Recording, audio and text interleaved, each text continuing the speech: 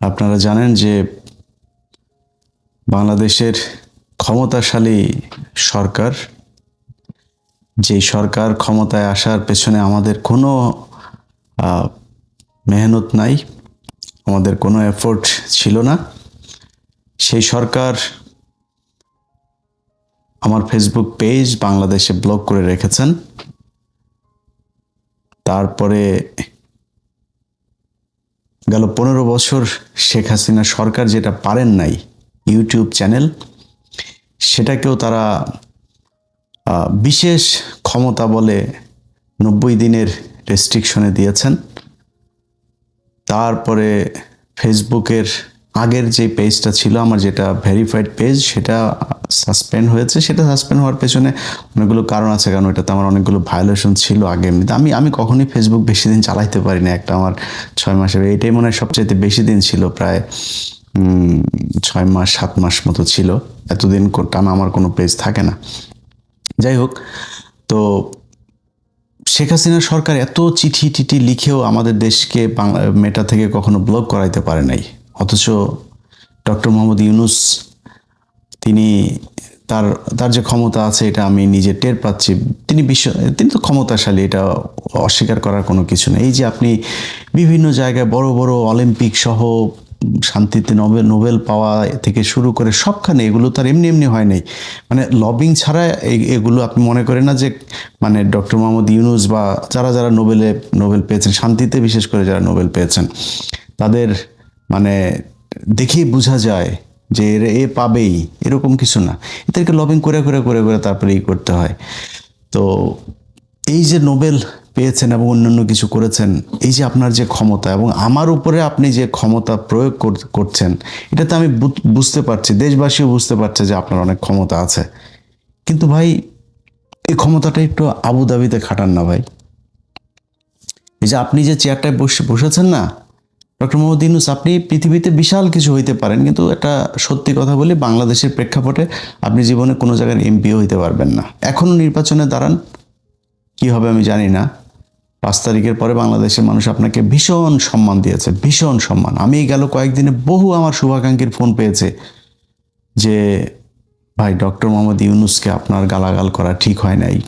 Doctor Mohammad Yunus, উনি আসলে খুবই ভালো মানুষ, ওনার আসলে কিচ্ছু করণীয় নাই। তো এই আলোচনায় পরে আসি। তো এগুলো শুনতে হয়েছে। আপনার ভালোবাসে মানুষ, আপনাকে প্রচণ্ড ভালোবাসে। তো আপনি এই যে বিশাল ক্ষমতাটা দেখাচ্ছেন, এই ক্ষমতার কিছুটা আপনি আবুধাবিতে একটু দেখান না, বলেন না যে ওদেরকে ছেড়ে দিতে। কারণ আপনি বাংলাদেশে যেটা বললাম যে আপনি এমপি হইতে পারতেন না কখনোই।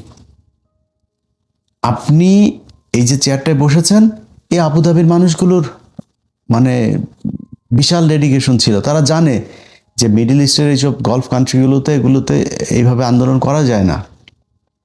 তারা আন্দোলন করে আপনাকে বসিয়েছে। আপনি কয়দিন আগে এই যে মারামারিগুলো হয়েছে না, এই যে সারা দেশে মানুষ জীবন দিয়েছে না, এটা ভারত বিরোধিতার ফল। এই ভারত বিরোধিতার ফসল আপনি, এই ডক্টর ইউনূস, আপনি ঘরে এনেছেন। তো এই যে ভারত বিরোধিতা করে মানুষ জীবন দিল, শেখ হাসিনাকে ভারতে পাঠাইলো, এত কিছু করলো, তো আপনি এই মানুষগুলিরে ভারত থেকে বাঁচাবেন না? আপনি চীনে গেলেন, চীনে গিয়ে তারপরে নাকি 6টা বিশেষায়িত বিভাগীয় শহরের হাসপাতাল নিয়ে আসলেন আপনি। সে হাসপাতাল কোথায় ভাই? আপনি কয়দিন আগে তাদের পেঁয়াজ পচে যাচ্ছে, পেঁয়াজ নিয়ে আসলেন। আপনি তাদেরকে শেখ হাসিনা যে পরিমাণে ইলিশ দিত তার চেয়ে ডাবল ইলিশ দিলেন। আপনি আদানির বিদ্যুৎ এখনো পর্যন্ত আনেন। আপনার সিকিউরিটি অ্যাডভাইজার এখনো ইন্ডিয়াতে যায়, গিয়ে তারপরে তাদের সাথে বৈঠক করে, তাদের অজিত দোভালের সাথে বিভিন্ন দেশে দেশে তিনি বৈঠক করেন। তাহলে আমরা কি পেলাম? আপনি না বলে এসেই ঘোষণা দিলেন ইউরোপের বিভিন্ন দেশে যেতে, এখন আর ইন্ডিয়াতে যেতে হবে না, বাংলাদেশে থেকেই তারপরে সবাই যেতে পারবেন। সেটা বলার পর থেকে কি হয়েছে? সেটা তো আপনি বাংলাদেশে আনেননি। এখন তাদের তো যেতে হয়, বাংলাদেশের মানুষকে তো ভিসা তো নিতে হবে, এখন ওদের জন্য যেতে হয় ইন্ডিয়াতে। গেলে একজনকে 5 দিন বসায় রাখে, একজনকে 10 দিন বসায় রাখে। বসে থাকলে তো তার লাভ, ওইখানে আপনি বসে বসে খাচ্ছেন, ডলার ভাঙছেন, আর মাঝে মধ্যে আবার চলে যান, আবার এত তারিখে আসবেন। এগুলো করা হচ্ছে। বাংলাদেশের মানুষকে আরো বিপদে ফেলে দিয়েছেন আপনি। এর বাইরে যদি বলি আমি যে ডক্টর মোহাম্মদ ইউনূসের কিছু কিছু মানুষ আছে যারা এখনো বিশ্বাস করেন ওনার কিছুই করার ক্ষমতা নাই, উনি খুব চেষ্টা করেন, সব কাজ করতে চেষ্টা করেন, কিন্তু উনি পারেন না। প্রথম কথা হচ্ছে ভাই আপনি যদি না পারেন সরে যান। আপনারা কেউ পায়ে ধরে এখানে না বসায় নাই তো যে ভাই আপনি এখানে বসে থাকতেই হবে, না থাকলে আপনারা জেলে ঢুকাবে। আপনি সারা জীবন বাইরে বাইরে ছিলেন, আপনি বাইরে থাকেন বা দেশে থাকেন, যেখানে মন চায় থাকেন।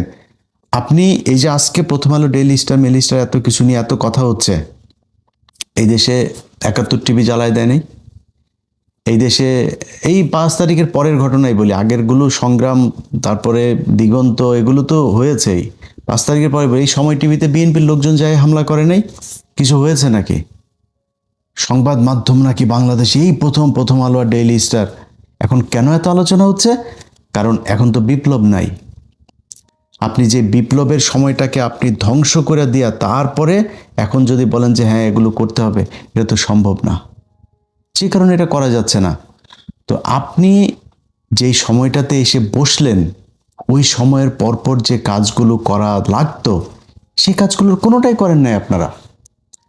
একজন পরিবেশ উপদেষ্টা সারা জীবন সে এই পরিবেশ নিয়ে ধান্দাবাজি করে এসেছে, এনজিওর মাধ্যমে ওই একটা কোম্পানিতে যে হ্যাঁ আপনার তো এই যে পরিবেশের এটা নাই, দাও কিছু টাকা দাও, বাস টাকা খায়। এই যে গার্মেন্টস শ্রমিক ইউনিয়নের এই যে নেতা দেখেন, নেত্রী দেখেন না, সবই ধান্দাবাজি। এটা দাও ওইটা দাও, ট্রেড ইউনিয়নের নামে টাকা পয়সা দেয়, চুপ। এনজিও এই শ্রমিক ইউনিয়ন টিউনিয়ন যা আছে সব হলো ধান্দাবাজ, এই ধান্দাবাজি করেই চলে। তার মধ্যে রেজওয়ানা এটা সে 2008-9 সালের দিকে তার ধান্দাবাজির খবর অনেক ফ্যাক্টরি, অনেক কোম্পানির প্রতিষ্ঠানের মালিকদের কাছে শুনেছি। ধান্দাবাজি করে চলাই হচ্ছে তাদের কাজ। তার কাছে গিয়েছে একজন বাংলা এডিশনের কথা বলতে, বলছে না এর কথা শোনাই যাবে, আমার কথা বলেছে, ওর কথা আমি শুনবই না, ও আমাকে খুব বাজে ভাষায় কথা বলেছে। আপনি চোর, আপনার যেটা বলা হয়েছে সেটা তো গালি, আপনি চোর, আপনি অরিজিনালি চোর, আপনি এটা গালি না, অরিজিনালি চোর। গালির চাইতে আপনার চোর শোনাটা কি, মানে আপনি যে চোর এটা নিজের ভাবতে কি খুব বেশি প্রাউড ফিল হয় নাকি? চোর, আপনার ঘরে পয়সা যায় যেটা চোর, আপনার পেটের মধ্যে চুরির পয়সা, আপনি যেটা তো সম্মানিত মনে করেন কেন? 2 দিন হয়তো খুব মনে হইতেছে যেন সম্মানিত, বিশাল আকারে পাওয়ারফুল, পাশার নিচে চেয়ার একটা পেয়ে তারপর মনে করছেন সারা দেশ কিনে ফেলেছেন। ডক্টর মোহাম্মদ ইউনূস বাংলাদেশে সারা জীবন প্রধান উপদেষ্টা হয়ে থাকবে না। অতএব কথাবার্তা খুব, কাজকর্ম খুব হিসাব করে বলতে হবে। কে কোন সচিবের আর কোন চেয়ারে বসে কি করছে এগুলো আমাদের মনে থাকবে। বাংলা এডিশন বন্ধ করে দিয়া, আমাদের ফেসবুক, ইউটিউব সব বন্ধ করে দিয়া কয়টা নেবেন?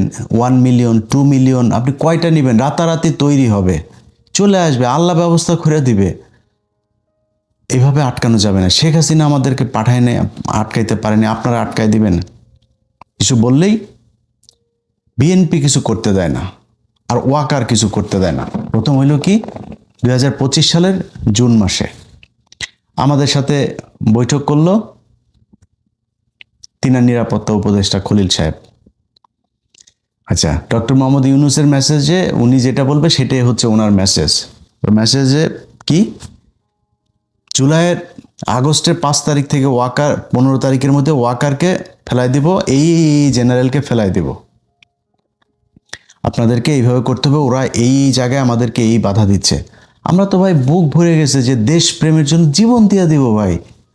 ওয়াকার যেহেতু এটা চায় না, আর আমাদের ইউনূস সরকার এটা চায়, ইউনূসের জন্য জীবন দিয়ে দিব ভাই। আজকের এই ভিডিও যখন আপনি দেখছেন তার আগ পর্যন্ত এই 1.5 বছরে আমার চ্যানেলে আমি অন্তত 10টা ভিডিওতে এই ডক্টর মোহাম্মদ ইউনূসের প্রশংসা করেছি। আজকে কেন ডক্টর মোহাম্মদ ইউনূসের বিরুদ্ধে গেলাম? ডক্টর মোহাম্মদ ইউনূস ক্ষমতায় আসার পর থেকে আপনাদের মনে নাই আনসার লীগ, রিক্সা লীগ, হিন্দু লীগ, ইসকন লীগ, নানান লীগ এসে রাস্তায় নেমেছিল। আমি ইলিয়াস আমার জায়গা থেকে সর্বোচ্চ ডক্টর মোহাম্মদ ইউনূসের পক্ষে কথা বলেছে। আজকের যেই চেহারাটা আমাদের দেখছেন এটা 1 দিন আর 2 দিনে হয় নাই, একটার পর একটা জিনিস দেখছি, চেষ্টা করছি সেগুলো সমাধান করা, কোনো কিছু হয় না। আমাদেরকে জুন মাসে বলল যে এই জিনিসগুলো আমরা করতে চাচ্ছি একদম ইন্ডিয়ার বিরুদ্ধে বিশাল আকারের এই যে এত বিশাল বাটপারি যে খলিল, এটা আমি জানতাম না। পরে আসতে তার সাথে সেদিন কথা বলে তো ভাই বিশ্বাস করেন মনে হলো যে আমরা আল্লাহ আমাদেরকে একটা ফেরেশতা পাঠিয়েছে ইন্ডিয়ার হাত থেকে বাঁচার জন্য। কাজ করতে থাকলাম, ধুয়ে ফেললাম ওয়াকার সহ জেনারেলদেরকে। ওমা, উনি যায় দেখি অজিত দাওয়ালের সাথে বৈঠক করেন। উনি বিভিন্ন, আমি অন্তত 5 জন আমাকে বলেছেন তারেক রহমানের সাথে খুবই ক্লোজ যারা, এই খলিল তারেক রহমানের সাথে একটু বসতে চায়, একটু সময় চায়।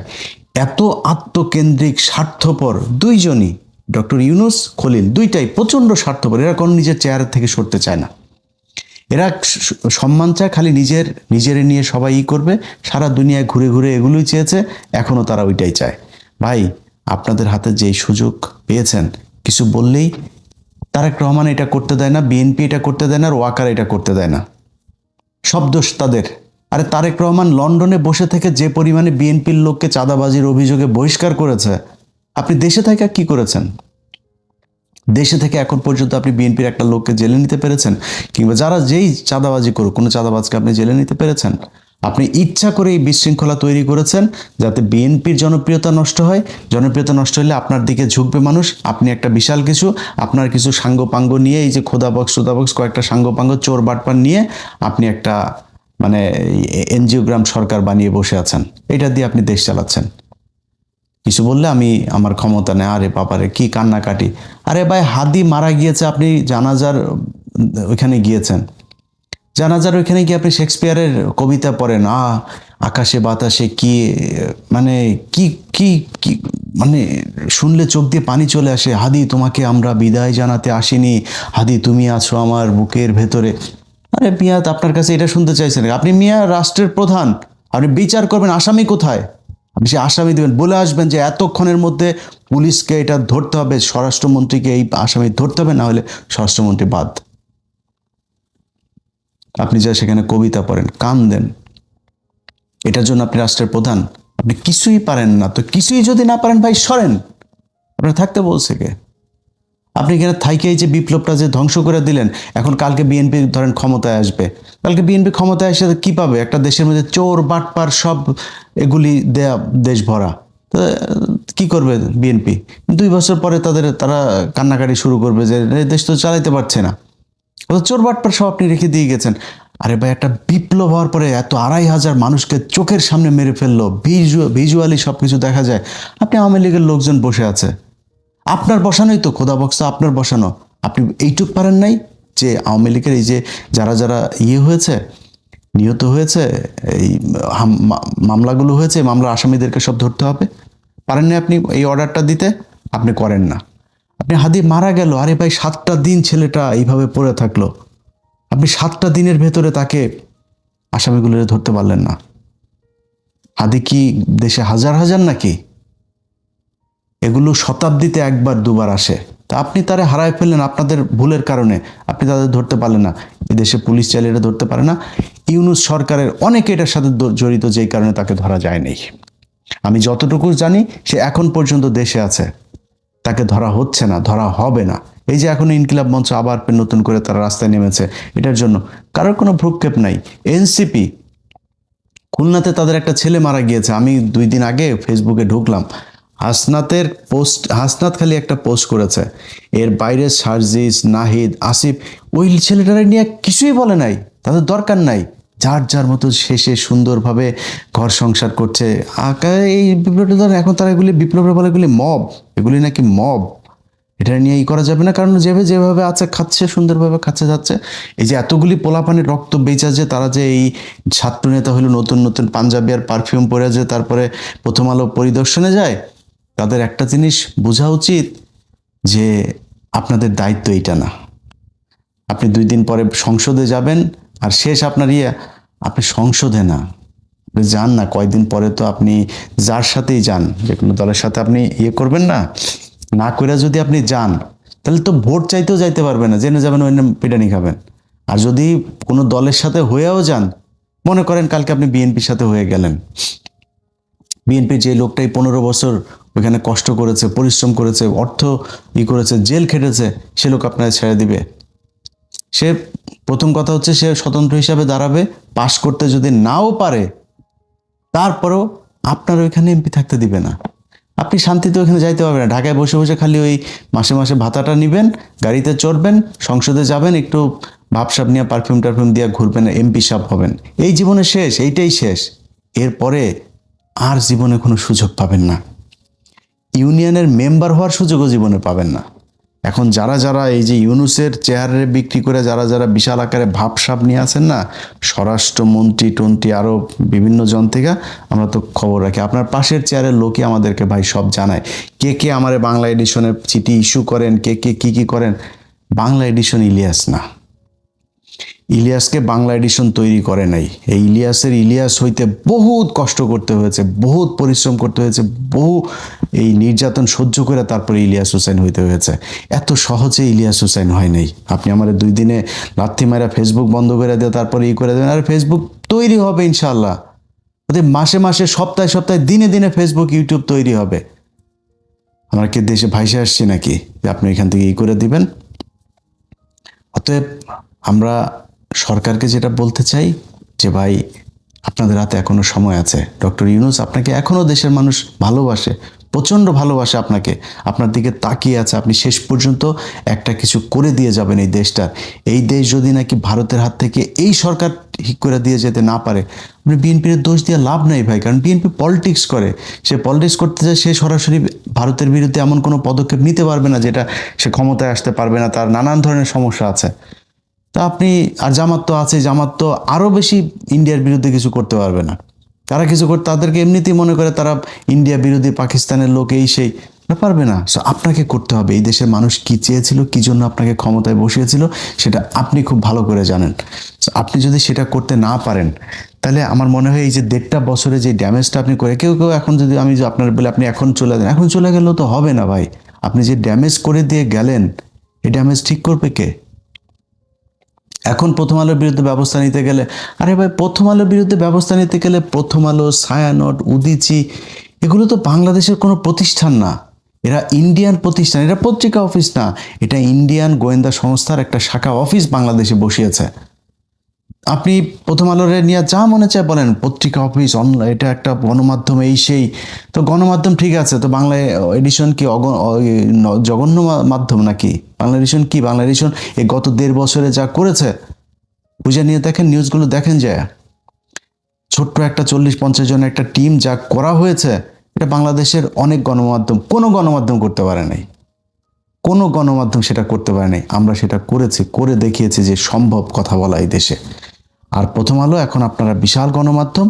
তো প্রথম আলো যে খুনের সাথে জড়িত, প্রথম আলো মিথ্যা তারেক রহমানের বিরুদ্ধে কথা বলেছে, খালেদা জিয়ার নাকি পাকিস্তানে কানেকশন আছে, তারেক রহমান নাকি কোন কোন কোন জঙ্গি সংগঠনের সাথে তাদের নাকি সম্পৃক্ততা আছে, তারা নাকি বসুন্ধরার কাছ থেকে 100 কোটি টাকা চাঁদা চেয়েছে, খালেদা জিয়া নিজে পাঠিয়েছেন টাকা আনার জন্য, এগুলো লিখেছে। জঙ্গি মানুষকে, আলেমদেরকে জঙ্গি বানিয়ে তাদেরকে ক্রস ফায়ারে দিয়েছে, গুম করেছে, গুমের সময় কনফারেন্সে কথা বলেছে, তারা ভিডিওতে পাশে বসে থেকে ইন্টারভিউ নিয়েছে, সন্তোষ শর্মা, ইন্ডিয়ান হাই কমিশনের লোকজন নিয়ে এগুলো নিয়ে কথা বলেছে। তাদের ব্যবস্থা নেবেন না? আজকে আপনি বলেন কোনো কিছু হইলেই অস্থিতিশীল পরিস্থিতি তৈরি। আর বেটা, অস্থিতিশীল আপনারা তৈরি করেছেন, আপনারা অস্থিতিশীলতা তৈরি করেছেন, এই জন্য অস্থিতিশীল। আমার চোখের সামনে দিয়ে যখন দেখি যে আওয়ামী লীগের, ছাত্রলীগের, যুবলীগের লোকজন ঘুরে বেড়ায়, যাদের বিরুদ্ধে 4টা-5টা করে মামলা, পুলিশের ভেতরে এখনও 4-5টা মামলার আসামি, তারা এখনও পুলিশে চাকরি করছে, অফিস করছে। সময় টেলিভিশনে একটার পর একটা সাংবাদিক, যেগুলো হাসিনারি করেছে, এক টেলিভিশন থেকে আরেক টেলিভিশন, এখন ওই গ্লোবাল টেলিভিশন, ওই স্টার টেলিভিশন, নানান টেলিভিশনে আওয়ামী লীগের লোকজনকে এগুলো কি করা হচ্ছে। এটা এখন কোনো ব্যাপারই না, এটা এখন পান্তা ভাত হয়ে গেছে, এমন একটা অবস্থা। তাদের বিরুদ্ধে কোনো আর ব্যবস্থা নেওয়া যাবে। এই জন্য এতগুলো মানুষ মারা গিয়েছে নাকি? আপনি আসবেন, সুন্দর করে বসবেন, খাবেন দাবেন, ঘুষ খাবেন, সব কিছু চলবে আগের মতো। এই জন্য দেশ স্বাধীন হয় নাই।